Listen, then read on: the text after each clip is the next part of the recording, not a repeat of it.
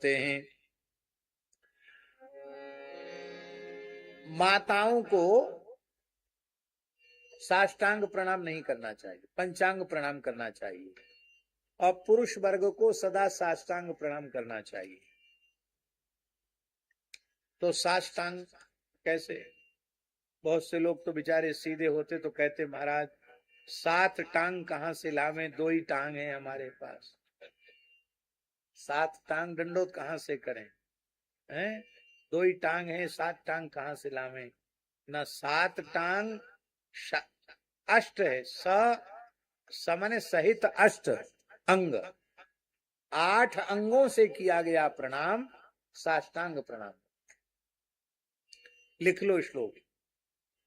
दोर्भ्याम पादाभ्याम जानुभ्याम Ursa शिरसा दृशा मनसा वचसा चेति प्रणामोष्टांग ईरिता। ये साष्टांग प्रणाम है। दोर्भ्याम, दोर्भ्याम माने अपनी दोनों भुजाओं को आगे फैलाकर भगवान की ओर रखना।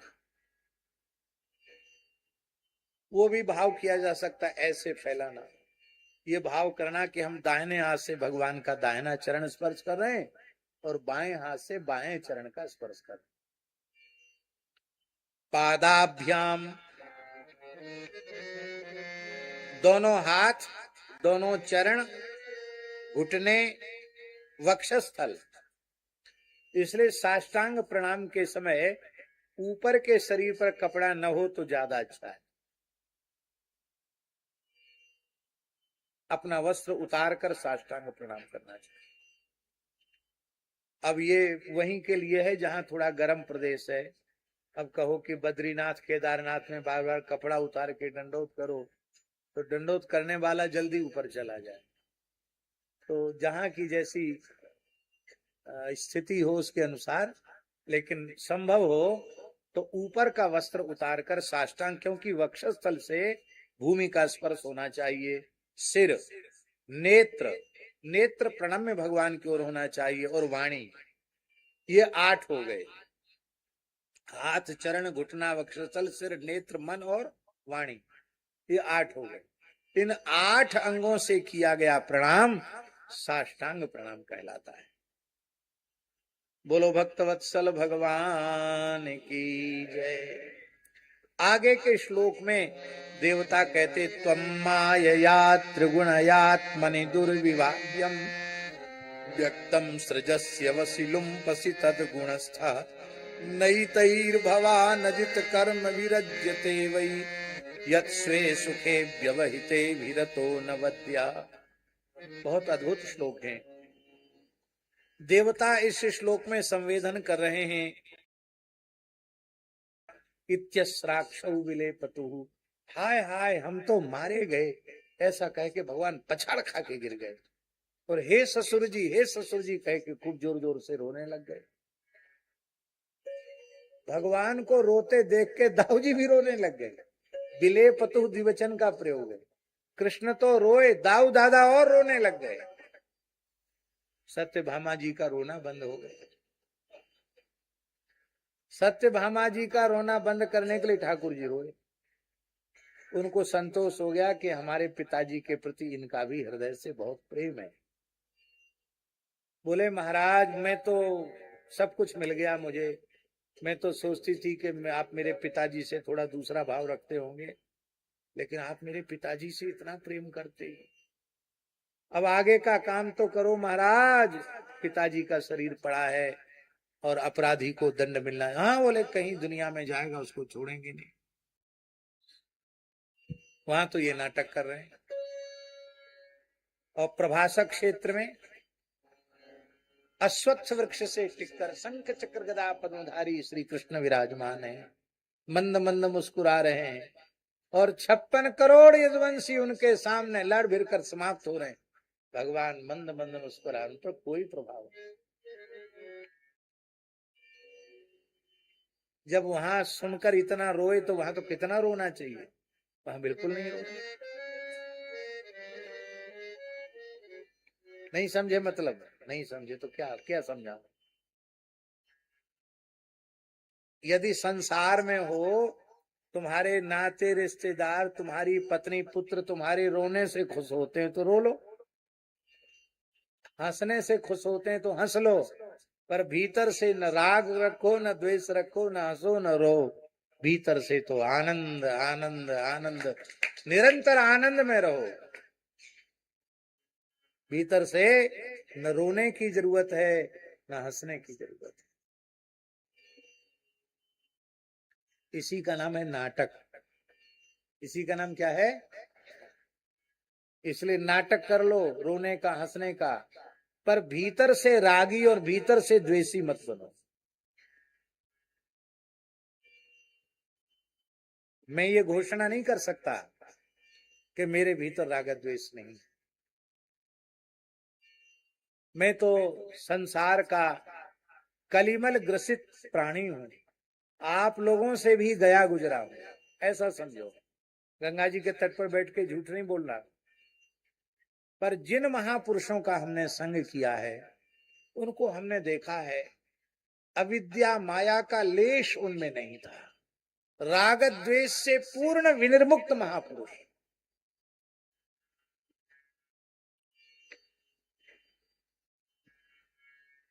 सर्वत्र भगवत दृष्टि रखने वाले महापुरुष, जिनकी दृष्टि में कोई बड़ा छोटा था नहीं, सब कुछ परमात्मा ही था, ऐसे महापुरुष।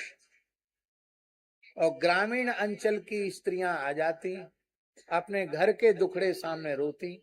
महाराज जी ऐसे सुनते जैसे सत्यनारायण की कथा सुन रहे हो। कभी ये नहीं कहते कि तुम हमारा इतना अमूल्य समय नष्ट कर रही हो, ये घर के लड़ाई झगड़े हमको सुनाने की क्या जरूरत है। तो हमने एक बार कहा, महाराज जी ऐसा क्यों? महाराज जी कहते, इनका मन हल्का हो जाता है बोलने से। हाँ, केहू तो कछ दुख घट हुई, काहे कहो यह जान न कोई। इनका मन हल्का हो, अपना क्या बिगड़ता है। इनको प्रसन्नता होनी चाहिए। कभी कभी उनके दुख को देखकर रोने भी लग जाता, आंख से आंसू भी, उनके हृदय तो द्रवित हो जाता। तो अभिनय ऐसा करते कि बड़ा राग है इनमें। आवश्यकता पड़ती तो निकटवर्तियों को कभी कठोरता से कुछ बोल भी देते, डांट भी देते, लेकिन भीतर से न राग न भीतर से द्वेष। ध्यान में आई बात। व्यवस्था में किसी को स्नेह देने की आवश्यकता, स्नेह दो। किसी को थोड़ा अनुशासित करने की आवश्यकता है तो अनुशासित करो, लेकिन भीतर से राग द्वेष में लिप्त मत बनो। ये भगवान ने संसार में रहकर जीने की कला भगवान ने सिखाई। कहां जाओगे व्यवस्था से छोड़कर, कहां जाओगे?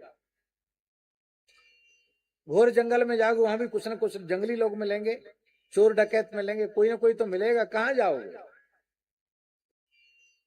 इसलिए जो भगवान ने संसार दिया है उसी में रहकर राग द्वेष से विमुक्त होकर के जीना है। यही भगवान का ये भाव है। तो भगवान राग द्वेषादि से सर्वथा विमुक्त रहते हैं। और यत स्वे सुखे व्यवहिते धीरतो नवद्या, आप अपने सच्चिदानंद स्वरूप में, निरावरण अखंड अखंड स्वरूप में, परमानंद स्वरूप में आप डूबे हुए रहते हैं। आपके ऊपर संसार का कभी कोई प्रभाव न पड़ा, न आपके ऊपर पड़ सकता है। आप निरंतर अपने स्वरूप में ही अवस्थित रहते हैं। हे भगवान,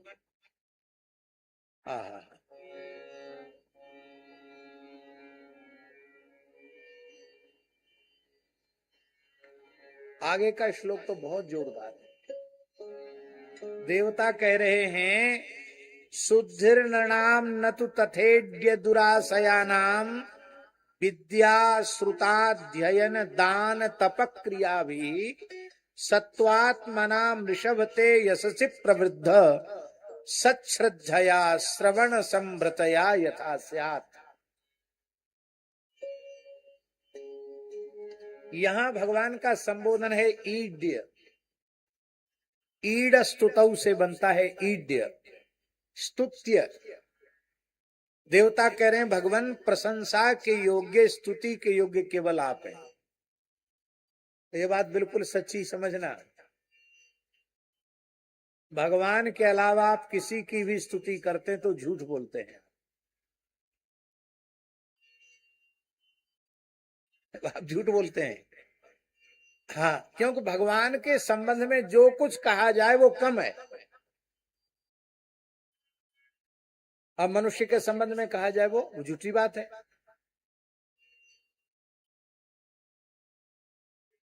झूठी बड़ाई किसी की करनी नहीं।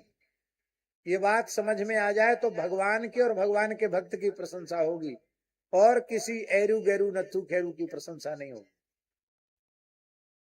आप लोग कहें भक्त की प्रशंसा क्यों?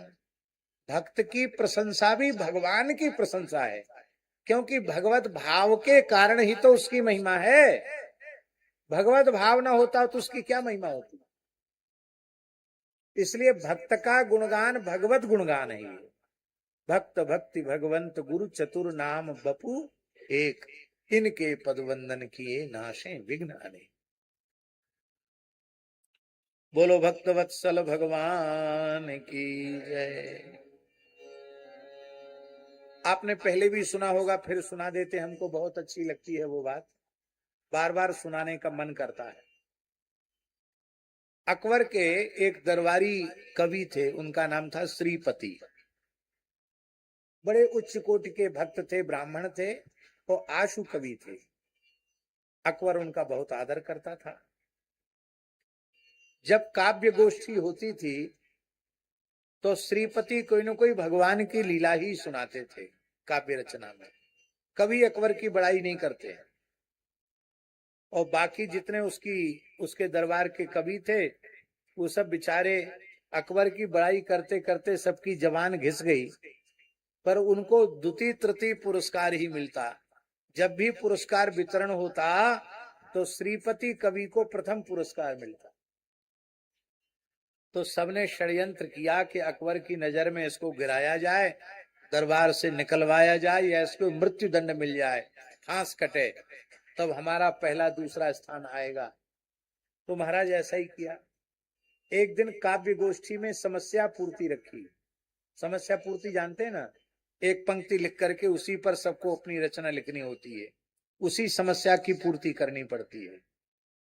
तो जैसे हमारे यहाँ सूरश्याम में एक बार काव्य गोष्ठी हुई, गायन की भलाई ते भलाई होए देश की, इसी पर सबने अपने अपने विचार व्यक्त किए।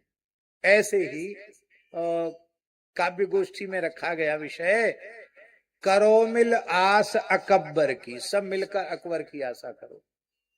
तो सब बड़ी बड़ी बड़ाई करके अंत में करो मिल आस अकबर की बोल देते, तालियां बजती खूब। श्रीपति से कहा आप भी सुनाइए। बोले आज हमने कुछ लिखा नहीं। कहा क्यों नहीं लिखा? हमारा व्रत है, हम भगवान का गुणगान छोड़कर किसी मनुष्य का गुणगान नहीं करते। ये बात सबको खराब लगी। बादशाह ने कहा नहीं आज तो लिखना पड़ेगा, आप बोलना पड़ेगा, आप आंसू कभी लिखिए, आपको बोलना पड़ेगा। जब ज्यादा बाध्य किया तो श्रीपति ने कहा कि ठीक है हम लिखते हैं, बोलते हैं। तो उन्होंने समस्या पूर्ति कर दी। लेकिन क्या कहा श्रीपति कवि ने? अब के सुल्तान फुनियान समान। आज के जो सुल्तान है, राजा है, बादशाह है, फुनियान माने चिनगारी के जैसे हैं।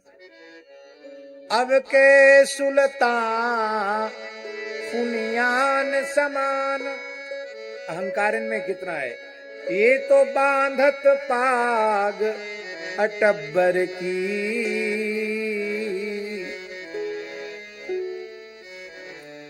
और हरि को तज के जो भजे और रही, जीभ कटे ते ही लब्बर की।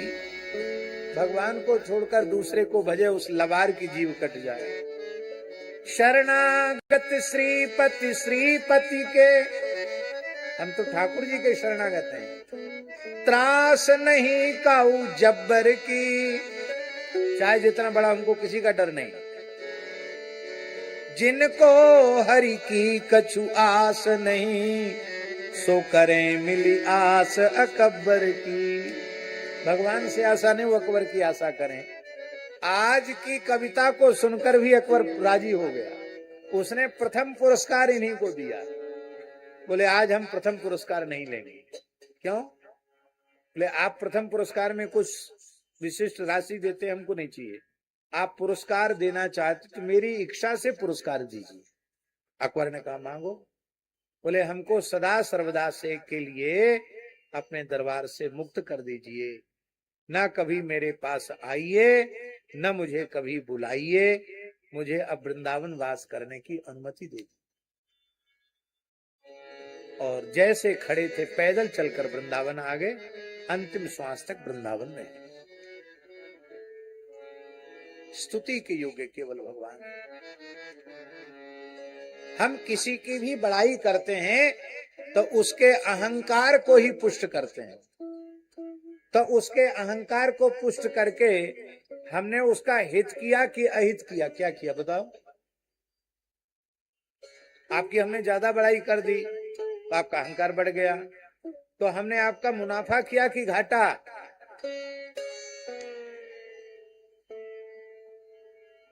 हे प्रभु, स्तुति के योग्य आप हैं। जिन मनुष्यों की बुद्धि राग द्वेष से कलुषित हो रही है, ध्यान से सुने, जिनकी बुद्धि में शरीर संसार के प्रति राग है और द्वेष है, ये राग द्वेष पक्के दोस्त हैं। ममता तरुण तमी अधियारी, राग द्वेष उलूक सुखकारी, तब लग बसत जीव मन माही, जब लग प्रभु प्रताप रवि। जब तक मनुष्य की चित्त वृत्ति राग द्वेष से कलुषित है, तब तक वे उपासना करें, चाहे वेदाध्ययन करें, चाहे दान करें, चाहे तपस्या करें, बड़े से बड़े यज्ञ करें, किंतु उनकी वैसी शुद्धि नहीं हो पाती है जैसी कि भगवत प्राप्ति के लिए अपेक्षित है। इन साधनों से पुण्य तो मिलता है, किंतु राग द्वेष की निवृत्ति नहीं। फिर से सुन लो, उपासना से, वेदाध्ययन से, दान से, तपस्या से, यज्ञ से और जितने साधन, राग द्वेष नहीं। राग द्वेष मिटता है भगवत भागवत चरित्र के श्रवण से। सत्संग के बिना राग द्वेष से मुक्त होने का कोई उपाय नहीं। आप कहेंगे इसका मतलब क्या है? उपासना नहीं करनी चाहिए? इसका मतलब यह है कि उपासना नहीं करनी चाहिए? अवश्य करनी चाहिए उपासना, पर उपासक को नित्य सत्संग भी सुनना चाहिए। वेदाध्ययन नहीं करना चाहिए? अवश्य करना चाहिए वेदाध्ययन, पर वेदाध्ययन करते हुए भी भगवत भागवत चरित्र जरूर सुनने चाहिए। दान नहीं करना चाहिए? अवश्य करना चाहिए। हमको जो कुछ मिला है, हमने किसी सुपात्र को पूर्व जन्म में दिया था, वही हमको मिला है, तो जो हम देंगे वही हमको मिलेगा। दान अवश्य करना चाहिए, लेकिन दान करने वाले को भी सत्संग जरूर सुनना चाहिए। तपस्या अवश्य करनी चाहिए, पर तपस्वी को भी सत्संग जरूर सुनना चाहिए, भगवत भागवत चरित्र जरूर सुनना चाहिए। यज्ञ करने वालों को भी भगवत भागवत चर्चा अवश्य सुननी चाहिए, तभी इन सत्कर्मों की सफलता है। तो श्रवण के द्वारा जैसे चित्त की शुद्धि होती है, लीला कथा का जब श्रवण करता है तो उससे श्रद्धा विश्वास उत्पन्न होता है, और श्रद्धा उत्पन्न होती है, विश्वास दृढ़ होता है, और फिर इसके बाद उनका हृदय वासना से मुक्त होकर के, निर्वासना वासना शून्य होकर के उनका हृदय भगवत भाव से भर जाता है। वासना शून्य होगा तभी भगवत भाव से हृदय भरेगा। और जब हृदय भगवत भाव से भर जाता है तो भाव के कारण, भाव की तीव्रता से हृदय पिघल जाता है, द्रवित हो जाता है। और पिघली हुई जो वस्तु है वही सांचे में ढलती है। ये हम लोग धातुओं की मूर्ति बनाते हैं तो कैसे उसको पहले खौला करके एकदम पिघला दिया जाता है और इसके बाद फिर वो मूर्ति का आकार ग्रहण करती है, नहीं तो मूर्ति का आकार ग्रहण नहीं करती है। ऐसे ही ये अंतःकरण पिघल कर जब भगवत भाव रूपी सांचे में ढल जाता है तो यह अंतःकरण भगवदाकार हो जाता है। ये चित्त का भगवदाकार होना ही मोक्ष है और चित्त का विषयाकार होना ही बंधन है। इसी तरह से जब शरीर संसार का विषयों का भोगों का चिंतन करता है तो भी उन दूषित भावों से हृदय भर जाता है, उससे भी चित्त द्रवित पिघलता है, उनकी ओर प्रवाहित। पिघलने का अर्थ है जो पिघली हुई वस्तु है वो प्रवाहित होती है। प्रवाहित होने का मतलब विषयोन्मुखी। जब विषयोन्मुखी चित्त होता है तो विषय के सांचे में ढल करके वो विषयाकार हो जाता है। इस जीव की वृत्ति का विषयाकार होना ही बंधन है और इसका भगवदाकार होना ही मोक्ष है। तो विषयाकार कैसे होगी?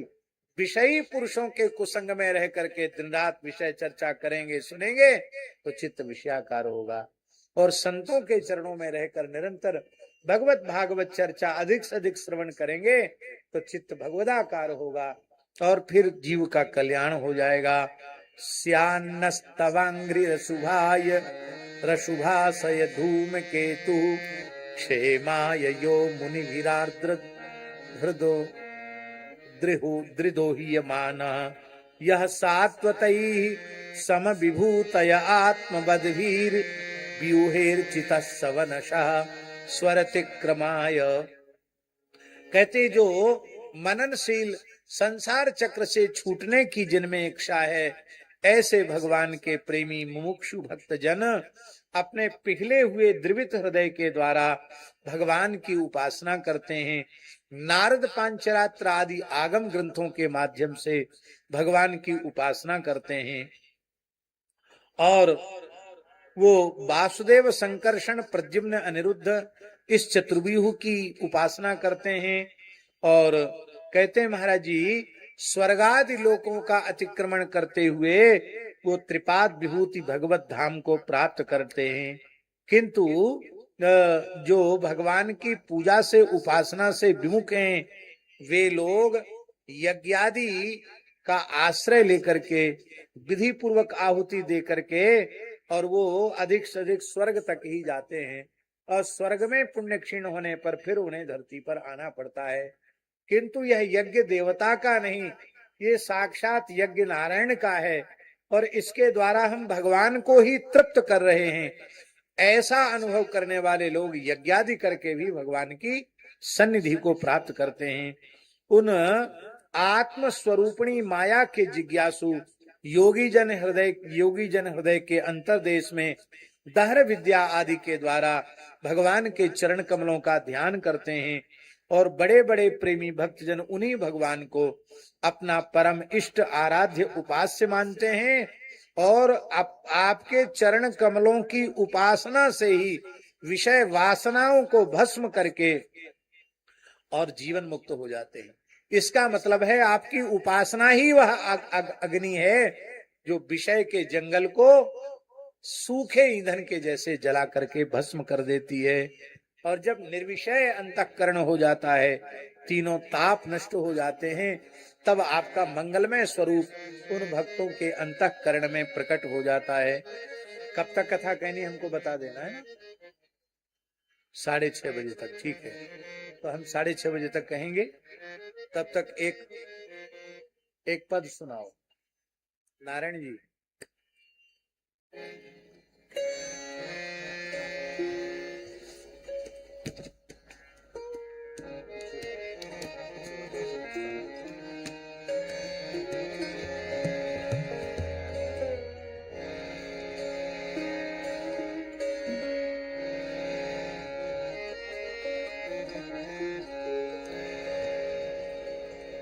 एक मन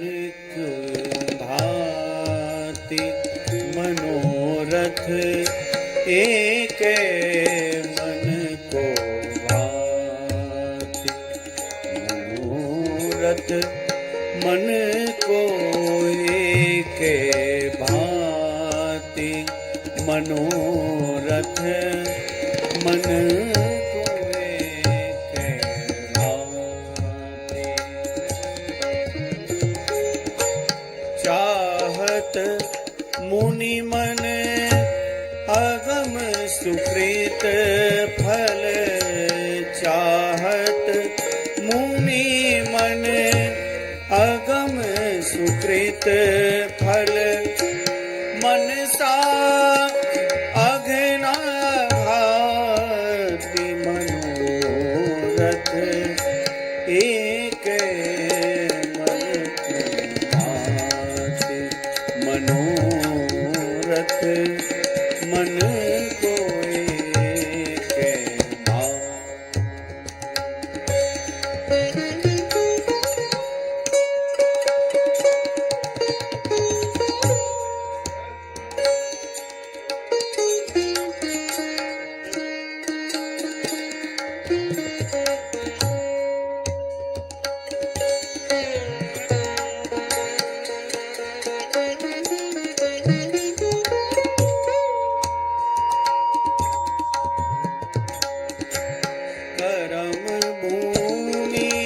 कली जन्म कुसंगति। करम भूमि कली जन्म कुसंगति।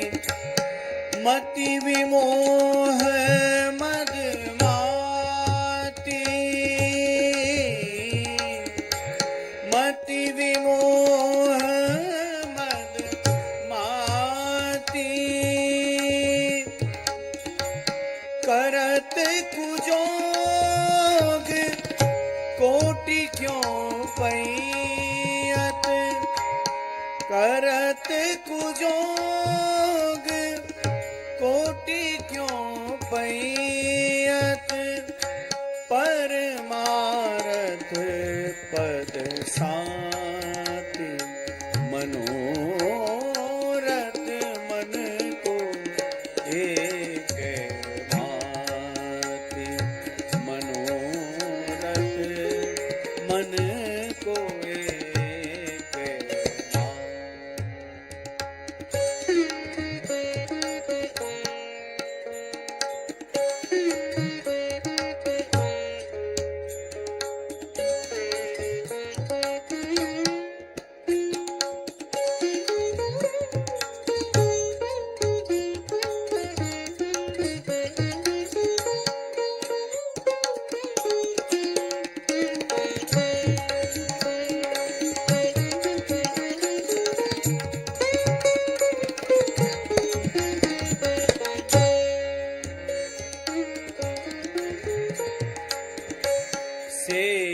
साधु गुरु सुने पुराण श्रुति। से साधु गुरु सुने पुराण श्रुति। बूझो राग बाजीता। बूझो राग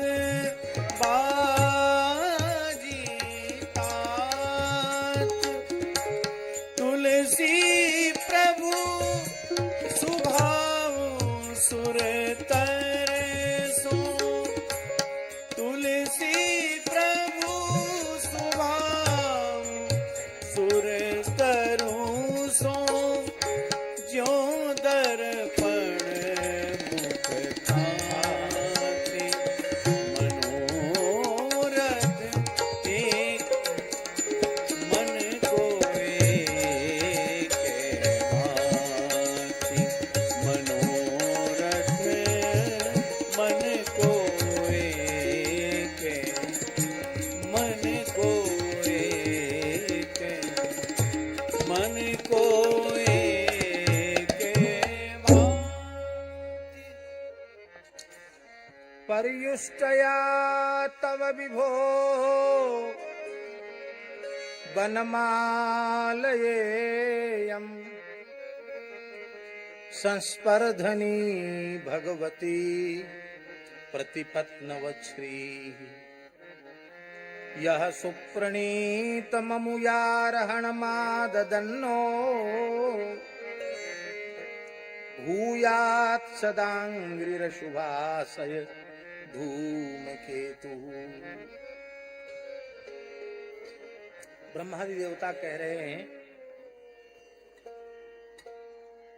कि हे नाथ, ये जो आपकी प्राण वल्लभा भगवती महालक्ष्मी है,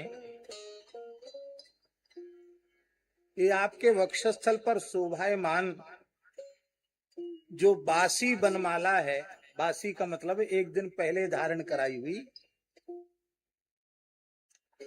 उस मुरझा हुई बासी बनमाला से भी सौतिया डाह रखती है। ये प्रेम भरी वाणी है, क्योंकि अपने प्राण जीवन धन के वक्षस्थल का स्पर्श ये तो हमारे अधिकार राज्य की, हमारे अधिकार की वस्तु है, पर हमको तो यदा कदा मिलता है इनके वक्ष का स्पर्श। पर ये बनमाला कितनी भाग्यशालिनी है, ये सदा इनकी छाती पर लगी रहती है, तो लक्ष्मी जी को स्पर्धा रहती है। फिर भी आप ऐसा नहीं करते कि लक्ष्मी जी के डर के मारे इनको बुरी लग रही है तो उसको निकाल के अलग कर दें, ऐसा नहीं करते हैं। उन लक्ष्मी जी की भी परवाह न करके भक्तों के प्रेम से गूंथी हुई जो माला है, जो अब बासी हो गई, एक दिन पहले अर्पित की गई थी, उस माला को भी आप प्रेम से स्वीकार करते हैं। हे भगवान, आपके वह जो चरण कमल हैं, जो भक्तों के प्राण सर्वस्व हैं, जीवन सर्वस्व हैं, वो हमारी विषय वासना को जलाने के लिए अग्नि बन जाएं, हमारी संपूर्ण वासनाओं को दग्ध कर दें। आगे देवता कह रहे हैं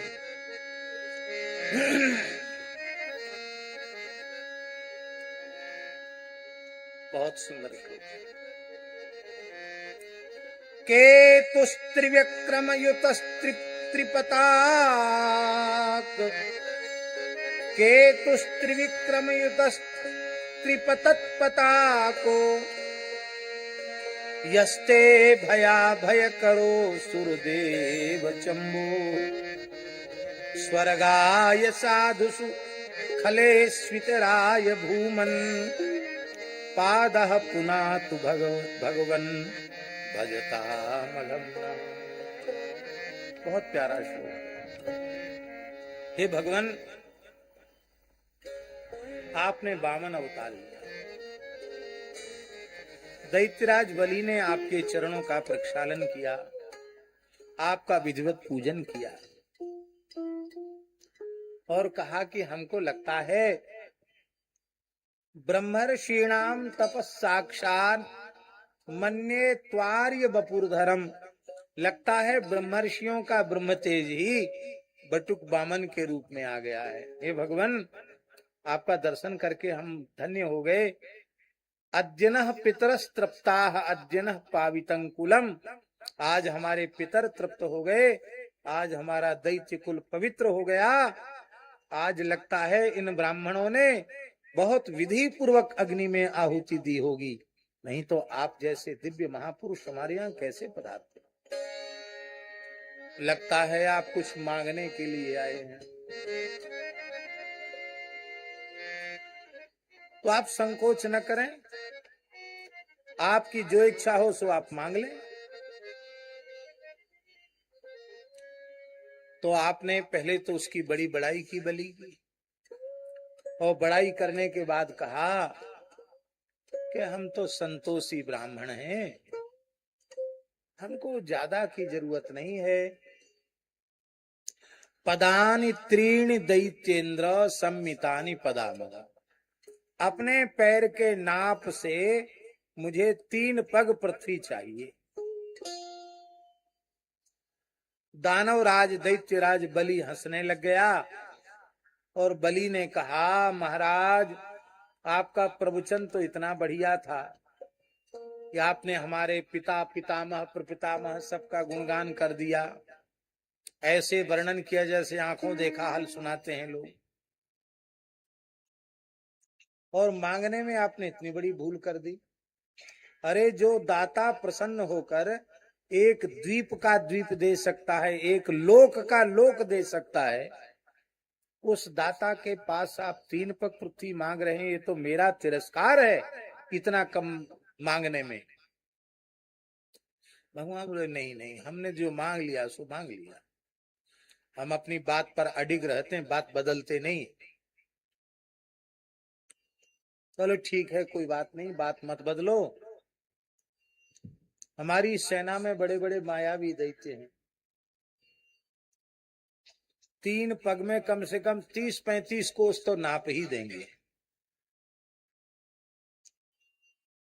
भगवान बोले, नहीं, दूसरे के पैर के नाप से नहीं, सम्मितानि पदाम, मेरे पैर के नाप से चाहिए, दूसरे का नाप नहीं।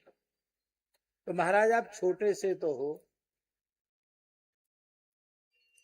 आप 3 पग में तो यहां से वहां 3 पग हो जाएगा, कहाँ दंड रखोगे, कहाँ कमंडल रखोगे, कहाँ मृगचर्म बिछाओगे, फिर आपको यज्ञशाला बनानी होगी, गौशाला बनानी पड़ेगी, संत निवास बनाना पड़ेगा, है?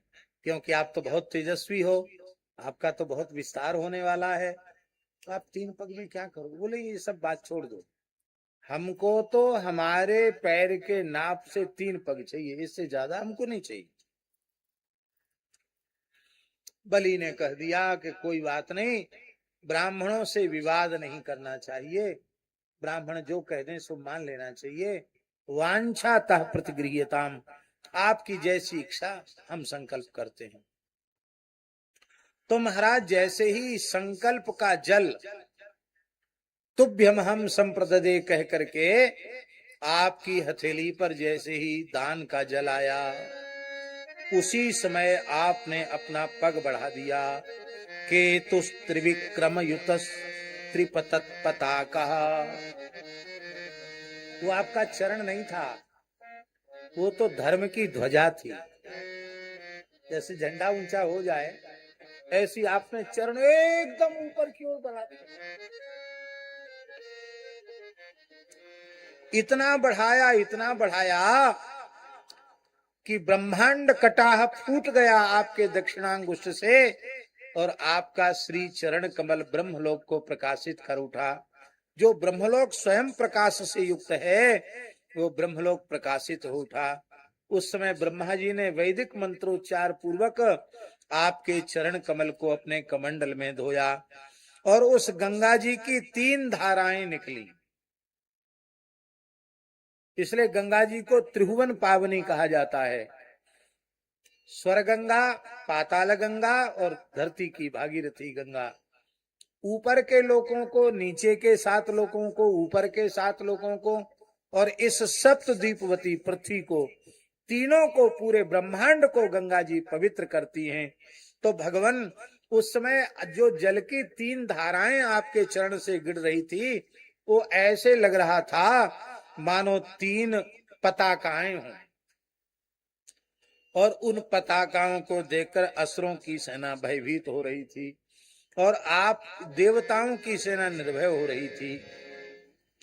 हे भगवान, उस आपके चरण कमल का ध्यान साधु स्वभाव वाले पुरुष जब करते हैं, तो आपके चरण कमल के ध्यान से ही उन्हें आपके नित्य वैकुंठ की प्राप्ति हो जाती है। और वो आपका चरण कैसा है? बोले, स्वर्गाय साधुषु खले स्वितराय भूमन। वो आपका चरण संतों का तो, साधु जनों का, भक्त जनों का तो उद्धार करने वाला है, और दुष्टों को कुचल देने वाला आपका चरण कमल है, दुष्टों का दमन करने वाला है। और ऐसा वह आपका पादः पुनातु भगवन् भजता मघम नः। नः माने अस्माकम नः, हम सब देवताओं का जो अग है, पाप ताप है, उसको आपका चरण कमल धो डाले। बोलो भक्त वत्सल भगवान की। आगे है क्या स्वामी जी, ये ब्रह्मादि देवताओं में पाप कहां से, पाप तो है ही नहीं इनमें। फिर वे कहते भजताम अघम न, हम सबके पाप को नष्ट कर दे आपका चरण कमल। पाप और कुछ नहीं है, भगवान से दूर हो जाना यही पाप है। चाहे जितना बड़ा सुख सुविधा आपको मिल जाए, चाहे जितना ऐश्वर्य मिल जाए, चाहे जितना पद प्रतिष्ठा मिल जाए, रिद्धि सिद्धि मिल जाए, यदि आपको भगवान की विस्मृति हो गई है तो इससे बड़ा पाप कोई नहीं। भगवान की स्मृति से बड़ा पुण्य नहीं और भगवान की विस्मृति से बड़ा पाप नहीं। इसलिए गोस्वामी जी ने विनय पत्रिका में कहा,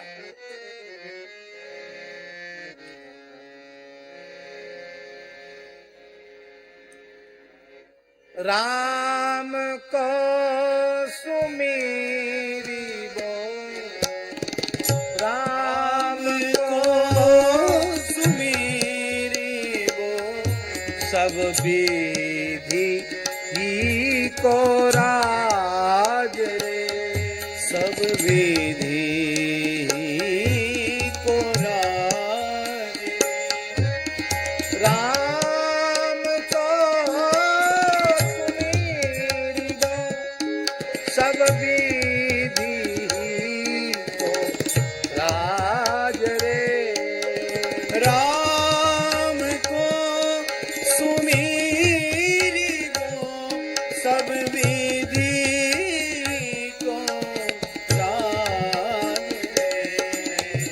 राम को विसारी बो, निषेध सिर ताज रे, राम को विसारी हो, निषेध सिर ताज रे। राम को विसारी हो, निषेध सिर ताज रे, राम को विसारी हो, निषेध सिर ताज रे। सुमिर राम,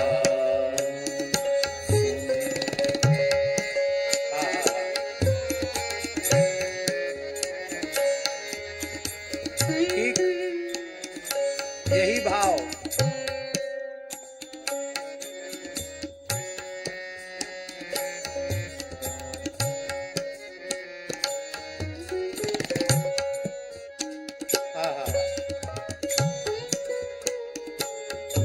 सिख परंपरा में, श्री गुरु नानक देव जी की परंपरा में, श्री गुरु तेग बहादुर जी की, श्री गंगा मैया की जय। राम सुमिर राम सुमिर, एहि तेरो काज रे, राम सुमिर राम सुमिर, यही तेरो काज रे। राम सुमिर राम सुमिर, यही तेरो काज। राम सुमिर गाइए। राम सुमिर, सबसे बड़ा पुण्य यही है, तेरो काज है माया को संग त्याग, हरि जू की शरण लाग। माया को संग त्याग, हरि जू की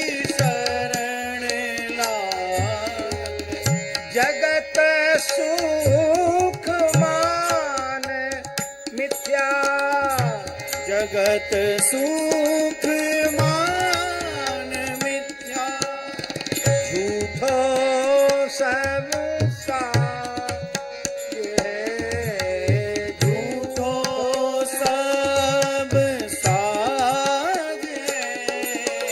राम सुमिर राम सुमिर यही तेरो काज है।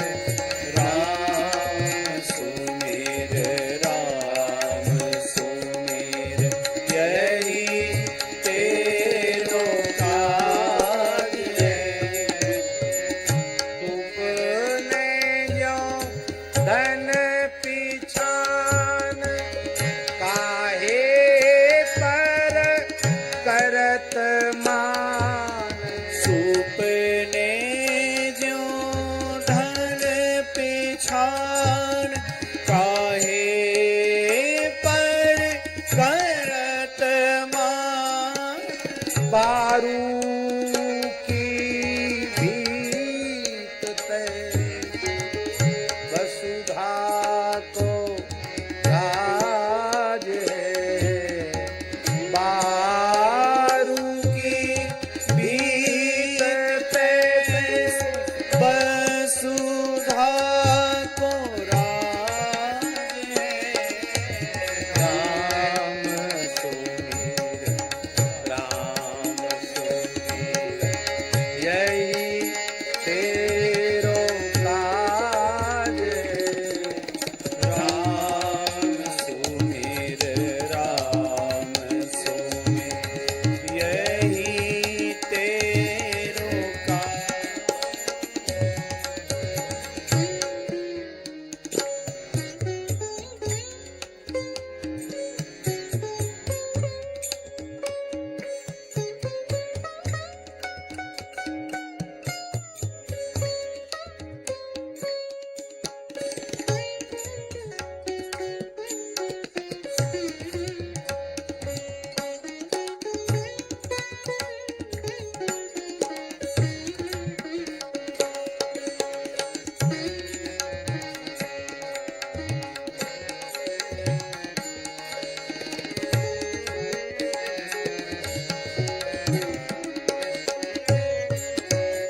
नानक जन कहत बात बिनसी जई है तेरो गात। नानक जन कहत बात बिनसी जई है तेरो गात। छीन छीन करी गयो काल, छिन छिन करी गयो काल। तैसे आज जात है। तैसे जात आज है। राम सुमिर एहि तेरो काज है। राम सुमिर यही तेरो काज है। इसलिए देवता कह रहे हैं हमारे पाप को दूर करें। माने देवता ये कहना चाह रहे हैं कि आपका स्मरण यही पुण्य है और आपका विस्मरण यही पाप है। आपकी हमें कभी विस्मृति न हो। एक पादः पुनातु भगवन भजता मघम नः, इसका सरलार्थ है हे नाथ हे मेरे नाथ मैं आपको भूलूं नहीं, आपकी विस्मृति न हो। क्या बढ़िया। और महाराज जी आगे कह रहे हैं ब्रह्मादि देवता नस्योत गाव इव यस्य वसे भवन्ति ब्रह्मादयस्तनुभृतो मिथुरर्द्यमानः कालस्य ते प्रकृति पूरुषयो परस्य शं नस्तनोतु चरणः पुरुषोत्तमस्य। एक से एक बढ़कर के भाव हैं।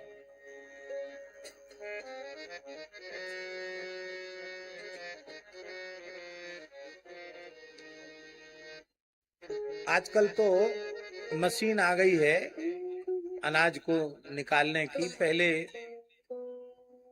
प्राचीन पद्धति यही थी कि खलिहान में लाख को पटक देते थे और बीच में एक लट्ठा गाड़ देते और 4-6 बैल एक साथ बांध देते, उनको मुंह में मुसीका लगा देते और वो बैल घूमते थे।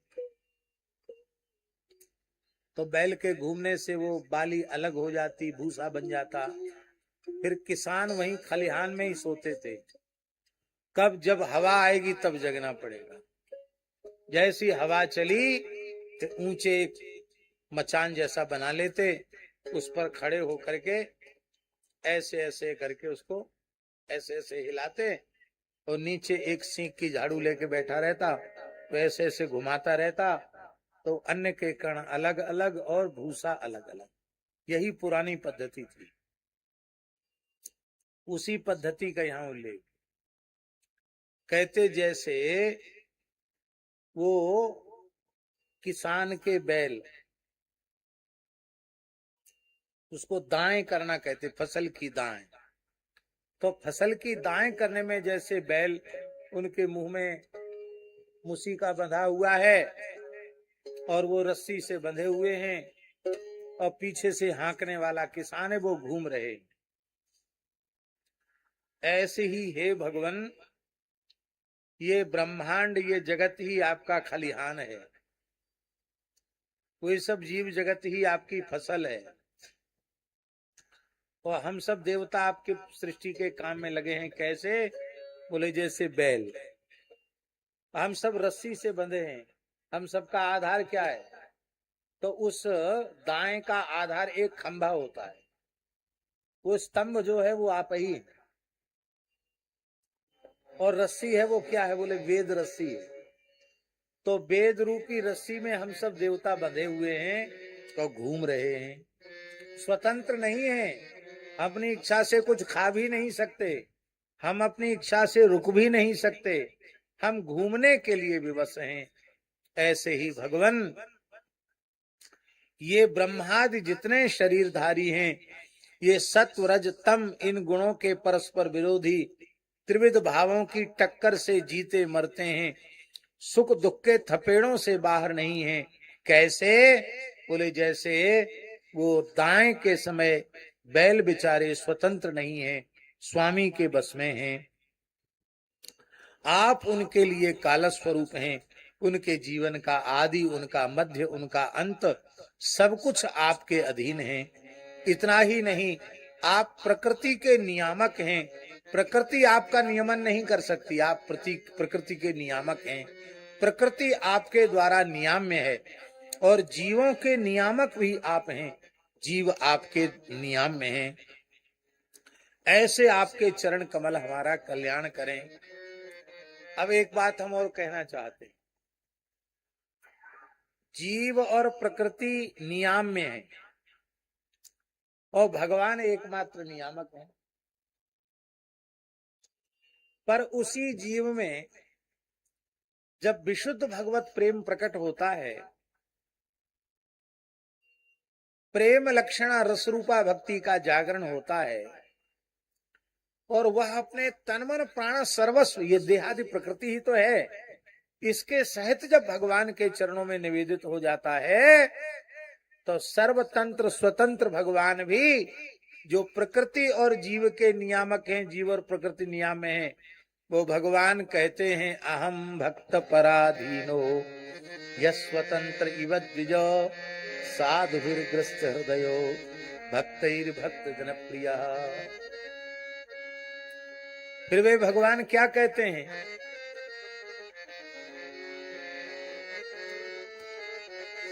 मैं तो हूँ भगतन को दास, लो सबके स्वामी। मैं तो हूँ भगतन को दास, भगत मेरे मुकुट मणि। मैं तो हूँ भगतन को दास, भगत मेरे मुकुट मणि। मैं तो हूँ संतन को दास, संत मेरे मुकुट मणि। मैं तो हूँ संतों के दास, संत मेरे मुकुट मणि। और जब दास हैं तो सब काम करते हैं, चौका बर्तन करते हैं, झाड़ू बहारू करते हैं, क्या नहीं करते हैं। पांडवों का क्या नहीं किया, दूत बन गए, सारथी बन गए, सेवक बन गए, नामदेव जी का छप्पर छाया, सब कुछ करते हैं। ऐसे जो आपके चरण कमल हैं वो कल्याण का विस्तार करें। और आगे कहते हैं,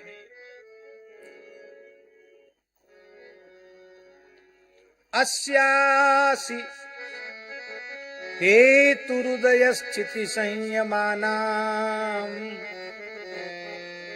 अव्यक्त जीव महतामपि कालमाहु सोऽयं तृणाभिरखिलापचये प्रवृत्ता कालो गभीररय उत्तम पुरुषस्त्वम्। हे भगवान, इस जगत की उत्पत्ति के कारण भी आप हैं, इसकी स्थिति के कारण भी आप हैं, इसके लय के कारण भी आप हैं। यही वेदादि शास्त्रों का निर्णय है। प्रकृति और पुरुष का नियंत्रण करने वाले काल भी आप ही हैं। शीत ग्रीष्म वर्षा ये सब भी आप ही हैं। संवत्सर भी आप ही हैं। और इस सब को क्षय की ओर ले जाने वाले काल भी आप ही हैं।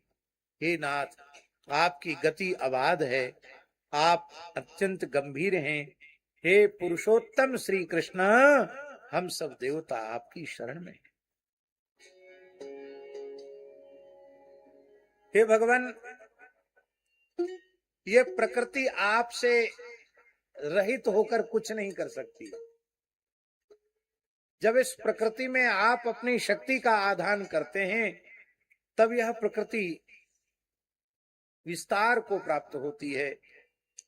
त्वत्तः पुमान समधिगम्य यया स्ववीर्यम धत्ते महांतमिव गर्भमोघ वीर्यः सोयम तयानुगत आत्मन आंड कोशम हैमम ससर्ज बहिरावरण रूपेतम।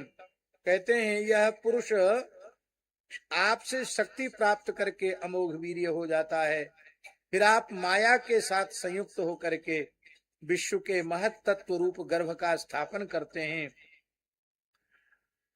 और ये महत तत्व त्रिगुणमयी माया का अनुसरण करके पृथ्वी जल तेज वायु आकाश अहंकार मनरूप 7 आवरणों वाले सप्तावरण वाले इस ब्रह्मांड की रचना करते हैं।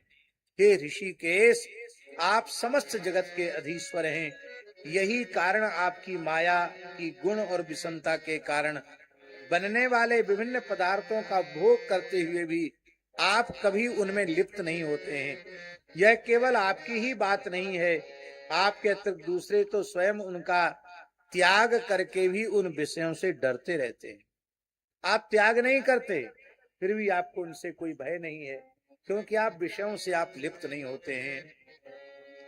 त्वत्तः पुमान तत्तुकश्च जगता जगतश्च भवानधीशो यन्मायोत्थ गुण विक्रयोपनीतान् अर्थान जुषन्न कृषिक पतेन लिप्तो ये ने स्वतः परिहृतादपि विभ्यते स्म।